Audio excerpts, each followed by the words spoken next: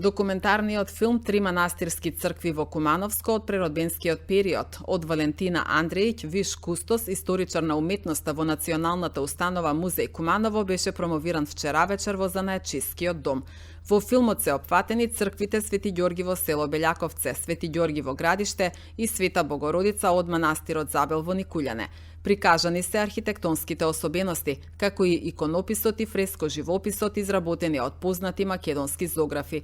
Документарниот филм на Андрејќ неодамна ја доби наградата Златна плакета Камера 300 на 33-тото издание на меѓународниот фестивал на аматерски документарен филм во Битола. Филмот е реализиран во соработка со Телевизија Плюс. Промотор на документарниот филм беше Славица Крстиќ, советник, документатор и историчар на уметноста. Проектот е поддржан од Министерството за култура и туризам за 2025 година. Овој филм представува резултат на долгогодишно истражување, посветен труд и желба да се завршува и валоризира духовното културно наследство на нашиот регион преку прикажување на архитектонско и уметнички особености, жива традиција, значењето и душата на овие места. Особена благодарност упатувам до авторката на филмот Валентина Андрејќ, кустос советник историчар од Национална установа Музеј Куманово, кој со свој стручен пристап успе да создаде дело кој на филмскиот фестивал во Битола Камера 300 ја доби наградата Златна камера 300, која потврдува неговата убедничка визуелна и документарна вредност. Од нив, само манастирот Забел е заштитен со закон за заштита на споменици на културата на Македонија. Инаку во Кумановско има заштитено 13 цркви, вклучувајќи го и манастирот Забел. Јас, за жал, мора да кажам дека има потреба уште споменици од Кумановско да бидат прогласени за споменици на култура од страна на државата и пред се тоа би го предложила да биде манастирот Белјаковце.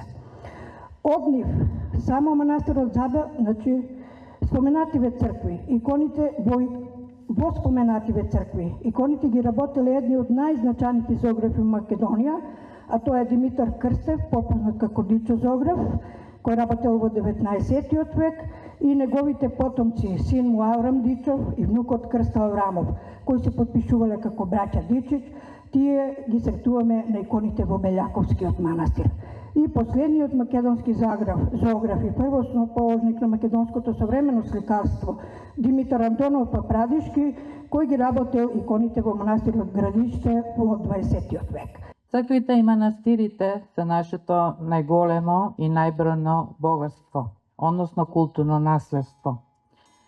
Тие доживеале бројни превирања низ вековите, рушени, повторно градени, успеале да се сочуваат до ден денес, односно да го сочуваат нашиот културен и национален македонски идентитет. Затоа наше е да ги чуваме и негуваме и во иднина, односно за нашите идни генерации. Целта на овој проект е токму тоа, да остане еден документ во архивата на Националната установа Музеј Куманово. Големо благодарам до почитуваната колешка Славица Крстиќ на оваа истрпна промоција, на убавите зборови, за несебичноста при работата во изминатите наши теренски истражувања и морам да го истакнам и незиното значење во зачувувањето на културното наследство, особено со незините две монографии Црковни споменици во Кумановско и цркви и манастири во Жеглигово. Ја користам можноста да се заблагодарам за реализацијата на овој проект до Министерството за култура и туризам. Исто така голема и огромна благодарност до Телевизија Плюс од Куманово, со кој веќе по 4-ти пат работам еден ваков проект. И особено до снимателот и монтажер господин Александар Гелевски и нараторот во овој филм господин Драган Ивановски.